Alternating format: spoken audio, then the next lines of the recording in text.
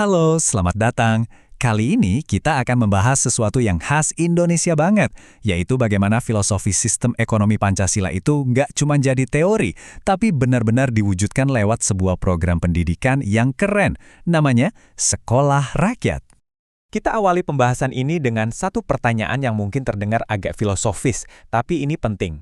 Emangnya bisa ya sebuah sistem ekonomi itu punya hati nurani? Nah, pertanyaan ini bakal jadi benang merah kita, karena ekonomi Pancasila itu adalah upaya untuk membangun ekonomi yang punya landasan moral.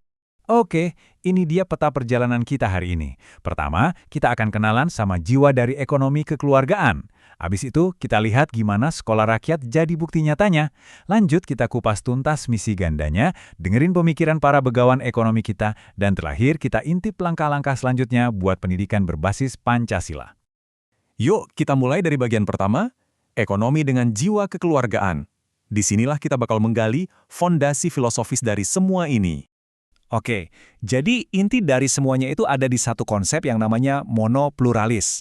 Mungkin kedengarannya agak rumit ya, tapi sebenarnya gampang kok. Ini artinya, setiap orang Indonesia itu dilihat punya dua sisi yang gak terpisahkan, sebagai individu yang punya bakat unik dan sebagai bagian dari masyarakat yang punya tanggung jawab. Jadi kalau ada satu anak saja yang gak bisa sekolah, itu bukan cuma kerugian buat dia pribadi, tapi itu kerugian buat kita semua, sebagai satu bangsa. Nah, di sini kita bisa lihat keseimbangannya. Di satu sisi, ada hak individu. Setiap anak berhak loh buat mengembangkan potensinya lewat pendidikan, tapi di sisi lain, ada kewajiban sosial kita bareng-bareng buat mastiin nggak ada yang ketinggalan. Kenapa? Karena potensi satu orang yang bersinar, itu bakal bikin seluruh bangsa jadi lebih kuat. Keduanya ini saling terkait, nggak bisa dipisahkan. Dan ini nih yang membawa kita ke ide utamanya, memandang bangsa kita ini sebagai satu keluarga besar.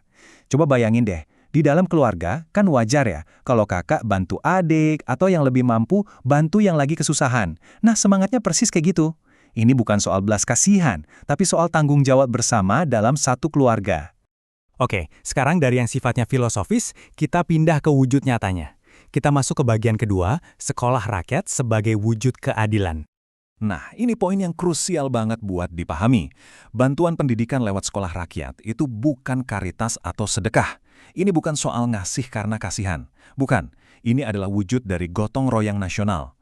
Artinya, ini adalah tanggung jawab kita bersama, yang dananya dari kita semua, dan tujuannya juga untuk kebaikan kita semua. Ini investasi kolektif buat masa depan bangsa kita.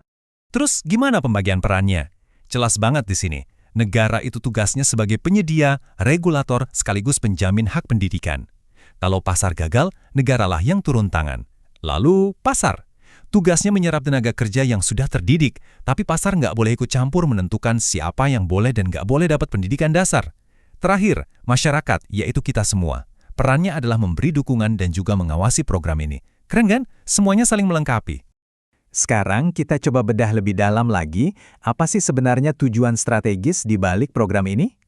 Yuk, masuk ke bagian 3, misi ganda mencerdaskan bangsa. Ternyata, misinya itu ada dua, kayak dua sisi dari satu koin yang sama.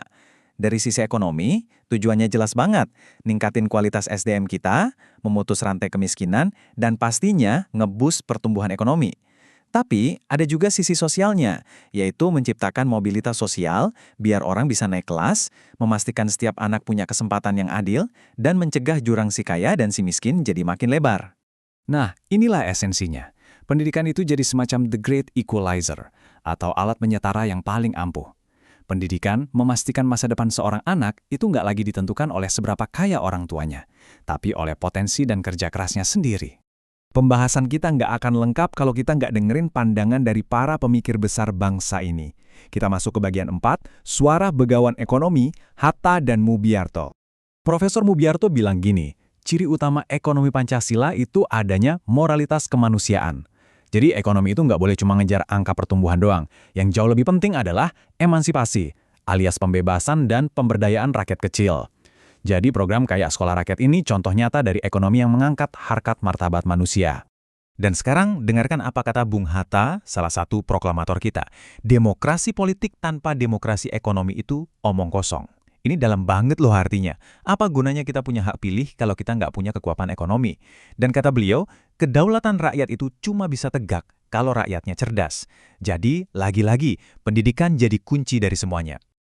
Oke, terakhir kita coba lihat ke depan ya. Bagian kelima, langkah maju untuk pendidikan berbasis Pancasila. Jadi, apa sih kontribusi utama program semacam ini? Pertama, ini mengubah kualitas SDM kita secara masif. Kedua, ini menjaga stabilitas bangsa dengan mengurangi ketimpangan. Ketiga, kita bisa benar-benar manfaatin bonus demografi. Dan yang paling penting, ini membantu kita bergeser dari ekonomi yang cuma andalkan sumber daya alam ke ekonomi yang berbasis pengetahuan. Tentu saja, selalu ada ruang buat jadi lebih baik lagi kan? Ada beberapa rekomendasi kebijakan ke depan. Misalnya, memasukkan kewirausahaan berbasis koperasi ke kurikulum. Lalu, bikin jalur cepat beasiswa ke universitas buat lulusan terbaik. Mengajak swasta untuk menyediakan internet gratis lewat JSR mereka. Dan yang nggak kalah penting, terus perkuat pendidikan karakter dan moral Pancasila. Sebagai penutup, mari kita kembali ke pertanyaan mendasar, pendidikan untuk semua. Apakah ini cuma sekedar cita-cita atau mimpi yang indah? Atau ini adalah sebuah kewajiban mutlak bagi sebuah bangsa yang melihat dirinya sebagai satu keluarga besar? Coba kita renungkan bersama. Terima kasih sudah menyimak.